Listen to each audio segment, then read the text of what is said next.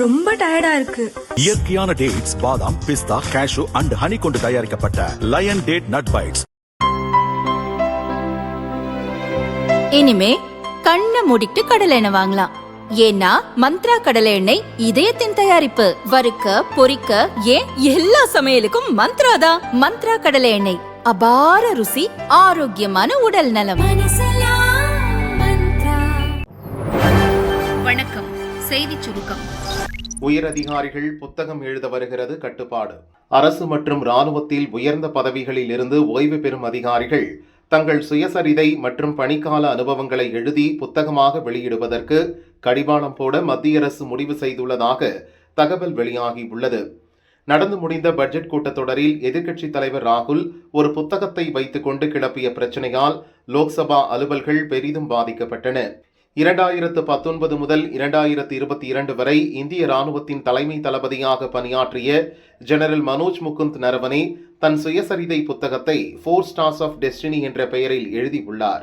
அதில் கடந்த 2020 இந்தியா சீனா எல்லை பிரச்சினையின் போது மத்திய அரசு எப்படி செயல்பட்டது என்பது குறித்து விளக்கமாக எழுதியுள்ளதாக கூறப்படுகிறது. பெங்குயின் ரேண்டம் ஹவுஸ் இந்தியா பதிப்பகம் வெளியிட இருந்த இந்த புத்தகத்துக்கு ராணுவ அமைச்சகம் இதுவரை ஒப்புதல் அளிக்கவில்லை. இருப்பினும் அந்த புத்தகத்தில் குறிப்பிடப்பட்டுள்ளதாக கூறப்படும் சில வரிகளை எடுத்து பார்லிமெண்டில் ராகுல் பேசினார். மத்திய அரசு குறித்தும் பிரதமர் மோடி குறித்தும் கடுமையான விமர்சனங்களை அவர் முன்வைத்தார். வெளியாகாத அந்த புத்தகத்தின் டிஜிட்டல் வடிவ நகல்கள் அனைத்துமே சமூக ஊடகங்களில் காங்கிரஸ் எம்பிக்களால் பகிரப்பட்டன. இதனால் சர்ச்சை எழுந்த நிலையில் அந்த புத்தகத்தை பதிப்பிக்க இருந்த பெங்குயின் ரேண்டம் ஹவுஸ் இந்தியா பதிப்பகம் மீது டெல்லி போலீசார் வழக்கு பதிவு செய்துள்ளனர். இந்நிலையில் பிரதமர் மோடி தலைமையில் நடந்த மத்திய அமைச்சரவை கூட்டத்துக்கு பின் இந்த விவகாரம் குறித்து விரிவாக ஆலோசனை நடத்தப்பட்டதாக தகவல் வெளியாகியுள்ளது. இது குறித்து அரசு வட்டாரங்கள் கூறியதாவது: மத்திய அரசு மற்றும் இராணுவத்தில் உயர்ந்த பதவியில் பணியாற்றி ஓய்வு பெறுவோர் தங்கள் பணிக்கால அனுபவங்களை புத்தகமாக வெளியிடுவதால் பல்வேறு சங்கடங்கள் எழுகின்றன. எனவே ஓய்வு பெறும் அதிகாரிகளுக்கு கூலிங் பீரியட் என குறிப்பிட்ட கால வரம்பு நிர்ணயிக்கப்பட வேண்டும். அதுவரையில் அவர்கள் அரசின் சட்டத்திட்டங்களுக்கு கட்டுப்பட்டு அமைதி காக்க வேண்டும். அந்த வகையில் ஒரு சில ஆண்டுகளுக்கு பிறகே தங்கள் பணிக்கால அனுபவங்கள் குறித்து புத்தகம் எழுதி வெளியிட முடியும் என்ற நிலையை உருவாக்க வேண்டும். இதை தற்போதுள்ள நடைமுறைகளின் வழியிலேயே ஒரு அரசாணை வெளியிட்டு அமல்படுத்த முடியுமா என அரசு யோசித்து வருகிறது. அல்லது சட்ட ரீதியில் ஏதாவது சிக்கல் இருக்குமானால் பார்லிமெண்டில் புதிய மசோதா கொண்டு வந்து இதற்கு தீர்வு காண முடியுமா என்பது குறித்து ஆலோசித்து வருவதாக அந்த வட்டாரங்கள் தெரிவித்தன. பிரதமர் பதவியேற்பு விழாவுக்கு மோடியை அழைத்த வங்கதேசம். மாணவர் போராட்டம், ஆட்சி மாற்றம், அரசியல் மாற்றங்களை சந்தித்த வங்கதேசத்தில் சமீபத்தில் பார்லிமெண்ட் தேர்தல் நடந்தது.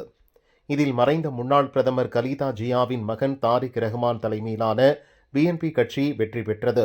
தாரிக் ரஹ்மானை தொலைபேசியில் அழைத்து பிரதமர் மோடி வாழ்த்து தெரிவித்தார். வெற்றிக்காக வாழ்த்து தெரிவித்த மோடிக்கு நன்றி கூறிய அவர்கள் இந்தியாவுடன் உறவை வலுப்படுத்த விரும்புகிறோம் என கூறியுள்ளனர். இந்நிலையில் பிப்ரவரி 17 வங்கதேச பார்லிமெண்டின் தெற்கு மண்டபத்தில் பிரதமர் பதவியேற்பு விழா நடக்க உள்ளது. இதற்காக அனைத்து ஏற்பாடுகளும் முழுவீச்சில் நடந்து வருவதாக அமைச்சரவை செயலர் ஷேக் அப்துல் ரஷீத் தெரிவித்தார். பதவியேற்பு விழாவில் பிரதமர் மோடி கலந்து கொள்ள அழைப்பு விடுக்கப்பட்டுள்ளது. இருப்பினும் அவர் கலந்து கொள்வாரா என்பது குறித்து இன்னும் எந்த முடிவும் எடுக்கப்படவில்லை. மொத்தம் 13 நாடுகளைச் சேர்ந்த தலைவர்களுக்கு பதவியேற்பு விழாவில் பங்கேற்க முகமது யூனுஸ் தலைமையிலான வங்கதேச இடைக்கால அரசு அழைப்பு விடுத்துள்ளது. இந்தியா, சீனா, பாகிஸ்தான், சவுதி அரேபியா, துருக்கி, ஐக்கிய அரபு அமீரகம், கத்தார், மலேசியா, புரூனே, இலங்கை, நேபாளம், மாலத்தீவு, பூட்டான் ஆகிய நாடுகளுக்கு அழைப்பு விடுக்கப்பட்டுள்ளதாக தகவல்கள் தெரிவிக்கின்றன. 3 பேரை மணமுடித்த இளம்பெண் திருச்சி ஹாஸ்பிட்டலில் பகீர் சம்பவம். சிசிடிவியால் வசமாக சிக்கினார். திருச்சி மாவட்டம் துறையூரை சேர்ந்தவர் விக்னேஷ். இவரது மனைவி சுகன்யா, வயது 28. நிறைமாத கர்ப்பிணியான சுகன்யா கடந்த 11 பிரசவத்திற்காக திருச்சி அரசு மருத்துவமனையில் சேர்க்கப்பட்டார். அன்றே அவருக்கு ஆண் குழந்தை பிறந்தது. உறவினர் பிரேமா உடனிருந்து கவனித்து வந்தார். அதே வார்டிலிருந்து மீனாட்சி என்ற பெண் சுகன்யாவுடன் பேசி பழகியுள்ளார். சுகன்யாவுக்கு மீனாட்சி சின்ன சின்ன உதவிகளை செய்துள்ளார். சுகன்யாவின் குழந்தைக்கு நேற்று தடுப்பூசி போட வேண்டும். ஆனால் உறவினர் பிரேமா வெளியில் சென்றுள்ளார். இதனால் குழந்தைக்கு தடுப்பூசி போட படுக்கையை விட்டு சுகன்யா எழுந்துள்ளார். அப்போது மீனாட்சி, வேணாம் சுகன்யா, நீ ரெஸ்ட் எடு, நான் குழந்தையை தூக்கிச் சென்று தடுப்பூசி போட்டுவிட்டு வருகிறேன் என கூறிவிட்டு குழந்தையை வாங்கிச் சென்றார். நீண்ட நேரமாகியும் மீனாட்சி திரும்பி வராததால் சுகன்யாவுக்கு சந்தேகம் ஏற்பட்டது. பயந்து போய் மருத்துவமனை முழுக்க தேடினார். மீனாட்சியை காணவில்லை. அப்போதுதான் சுகன்யாவுக்கு புரிந்தது. உடனே பெற்றோருக்கும் கணவருக்கும் போன் போட்டு சொன்னார். எல்லாரும் வந்து மருத்துவமனை மற்றும் சுற்றுவட்டார பகுதிகளில் தேடினர். ஆனால் மீனாட்சியை கண்டுபிடிக்க முடியவில்லை. இதனைத் தொடர்ந்து குழந்தையை மீனாட்சி கடத்தி சென்று விட்டதாக அரசு மருத்துவமனை போலீஸ் நிலையத்தில் சுகன்யா புகார் அளித்தார். போலீசார் விசாரணை நடத்தினர். மீனாட்சி என்ற பெயரில் யாரும் மருத்துவமனையில் அட்மிட் ஆகவில்லை என தெரிய வந்தது. பிரசவ வார்டுக்குள் அடிக்கடி சென்று சுகன்யாவுடன் பேசி உதவிகளை செய்ததால் உறவினராக இருப்பார் என நர்சுகளும் விட்டுவிட்டனர். திட்டம் போட்டுத்தான் அவர் பிரசவ வார்டுக்குள் வந்து சுகன்யாவிடம் பேசி பழகியிருக்கிறார் என தெரிய வந்தது. சிசிடிவி காட்சிகளை போலீசார் விசாரித்த போது அந்த பெண் சேலம் மாவட்டம் தம்பம்பட்டியைச் சேர்ந்த 32 வயது மீனாட்சி என தெரிய வந்தது. போலீசார் விரைந்து சென்று மீனாட்சியை கைது செய்தனர். மீனாட்சியிடம் போலீசார் உரிய முறையில் விசாரணை நடத்திய போது பல திடுக்கிடும் தகவல்கள் வெளியானது. சுரேஷுக்கு முன் மீனாட்சி ஏற்கனவே 2 பேரை திருமணம் செய்துள்ளார். 2 கணவர்கள் மூலம் 2 குழந்தைகளும் உள்ளனர். மீனாட்சி பல ஆண்களுடன் பழகியதால் 2 கணவர்களும் தங்கள் குழந்தையுடன் பிரிந்து சென்று விட்டனர். இந்நிலையில்தான் சுரேஷுடன் மீனாட்சி பேசி பழகியுள்ளார். 2 திருமணமானதை மறைத்து சுரேஷை 3ஆவதாக திருமணம் செய்துள்ளார். அதன் பிறகு மீனாட்சி கர்ப்பமடைந்துள்ளார். 3 மாதத்திலேயே கரு கலைந்து விட்டது. கரு கலைந்த விஷயத்தை சுரேஷுக்கு சொல்லவில்லை. மாமியாரிடமும் சொல்லவில்லை. விஷயம் தெரிந்தால் பெரிய பிரச்சனையாகிவிடும் என நினைத்த மீனாட்சி தான் கர்ப்பமாக இருப்பதாக பல மாதங்களாக ஏமாற்றி வந்துள்ளார். இந்நிலையில் ஏதாவது ஒரு குழந்தையை திருட திட்டம் போட்டார். அதன்படி கடந்த 3 நாட்களுக்கு முன் மருத்துவமனைக்கு செக்கப்புக்காக செல்வதாக கூறிவிட்டு திருச்சிக்கு சென்றார். திருச்சி ஹாஸ்பிட்டலில் குழந்தை பெற்றெடுத்த சுகன்யாவிடம் பேசி பழகியுள்ளார். தானும் 7 மாத கர்ப்பமாக இருப்பதாக கூறி நடித்துள்ளார். பிறகு குழந்தையை திருடி கொண்டு ஆட்டோவில் துவாகுடிக்கு சென்றுள்ளார். அங்கு வசிக்கும் தன் தந்தையிடம் பணம் வாங்கிக் கொண்டு சேலம் பஸ்ஸை பிடித்து தம்மம்பட்டிக்கு திரும்பி வந்துள்ளார். தனக்கு 8 மாதத்திலேயே ஆண் குழந்தை பிறந்துவிட்டதாக கணவர் வீட்டாரிடம் பொய் சொல்லியிருக்கிறார். திருச்சி ஆஸ்பத்திரி அருகில் ஆட்டோவில் ஏறி துவாக்குடியில் மீனாட்சி இறங்கியதாக ஆட்டோ டிரைவர் கூறினார். அங்கிருந்து சேலம் செல்லும் பஸ்ஸில் அவர் ஏறியதை சிசிடிவி மூலம் போலீசார் கண்டுபிடித்தனர். தம்மம்பட்டியில் அவர் குழந்தையுடன் இறங்கியதாக கண்டக்டர் சொல்ல அங்கு போய் மீனாட்சியை கைது செய்துள்ளனர். ஏற்கனவே 2 திருமணமானதை மறைத்து தன்னை திருமணம் செய்ததோடு மட்டுமின்றி குழந்தையையும் திருடி வந்து நாடகமாடிய மீனாட்சியை சுரேஷும் அவர் குடும்பத்தினரும் தாக்க முயன்றனர். அவர்களிடமிருந்து மீனாட்சியை மீட்டு திருச்சிக்கு போலீசார் அழைத்து வந்தனர். மீட்கப்பட்ட குழந்தையை தாய் சுகன்யாவிடம் சேர்த்தனர். கடத்தப்பட்ட 8 மணி நேரத்தில் போலீசார் துரிதகதியில் விசாரணை நடத்தி குழந்தையை மீட்டதற்காக போலீசாருக்கு சுகன்யா கண்ணீர் மல்க நன்றி சொன்னார். மீனாட்சியின் பேக்ரவுண்ட் போலீசாருக்கு பல சந்தேகங்களை ஏற்படுத்தியுள்ளது. குழந்தை கடத்தல் கும்பலாக இருப்பார்களா என்ற சந்தேகத்தில் அவர் கணவர் சுரேஷ் மற்றும் குடும்பத்தினரிடம் விசாரணை நடத்தி வருகின்றனர். மீனாட்சியின் தந்தை மற்றும் முன்னாள் கணவர்களிடமும் விசாரணை நடத்தப்பட்டு வருகிறது.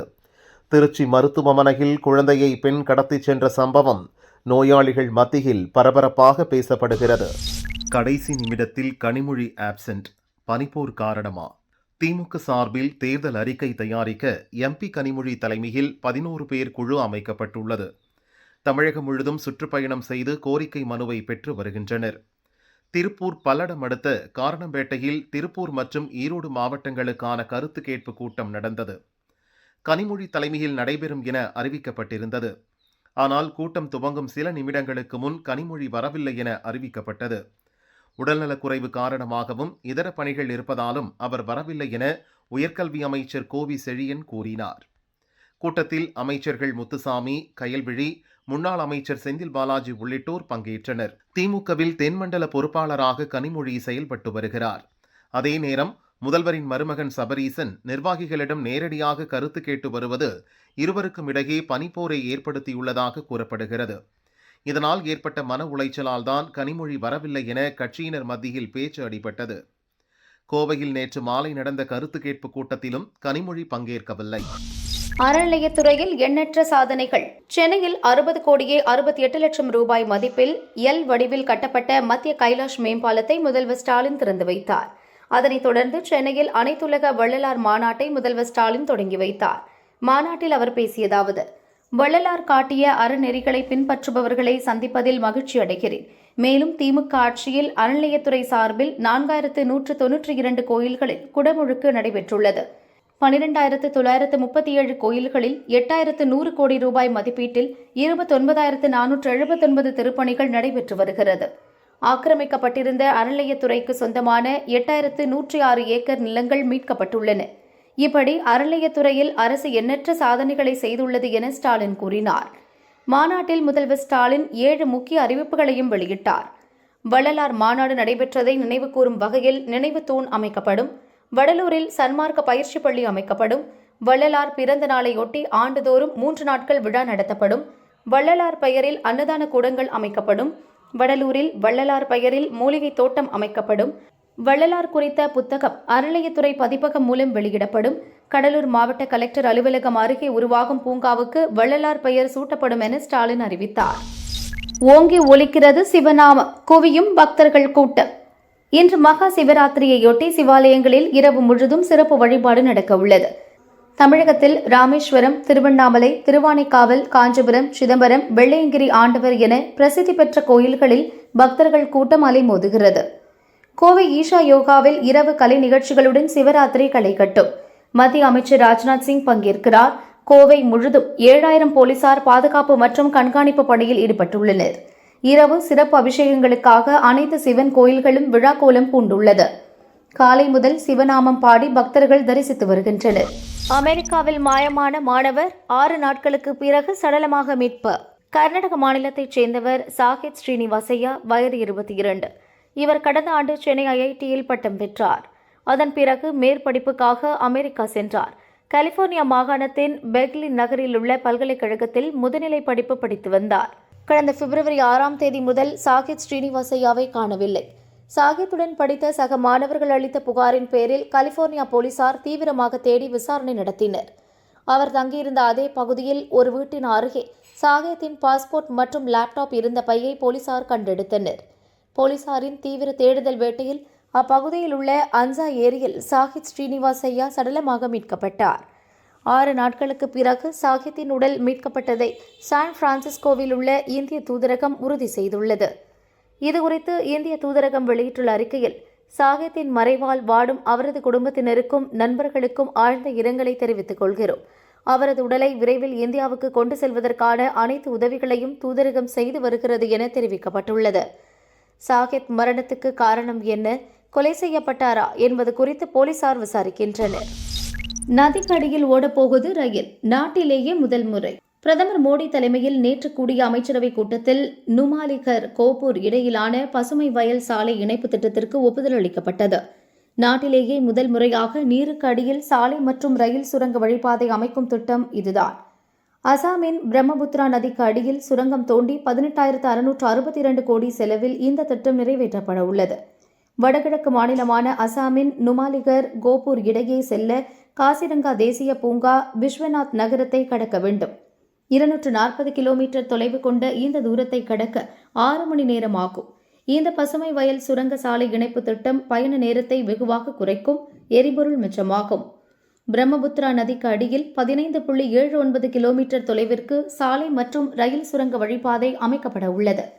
அசாம், அருணாச்சல பிரதேசம், நாகாலாந்து உள்ளிட்ட வடகிழக்கு மாநிலங்களுக்கு இந்த திட்டம் வரப்பிரசாதமாக அமையும். குறிப்பாக ராணுவ தளவாடங்களை விரைவாக கொண்டு செல்லவும், சரக்குகளை எளிதாக கையாளவும் கை கொடுக்கும். போக்குவரத்துக்கான செலவினங்கள் குறைவதோடு சமூக பொருளாதார வளர்ச்சிக்கும் வித்திடும்.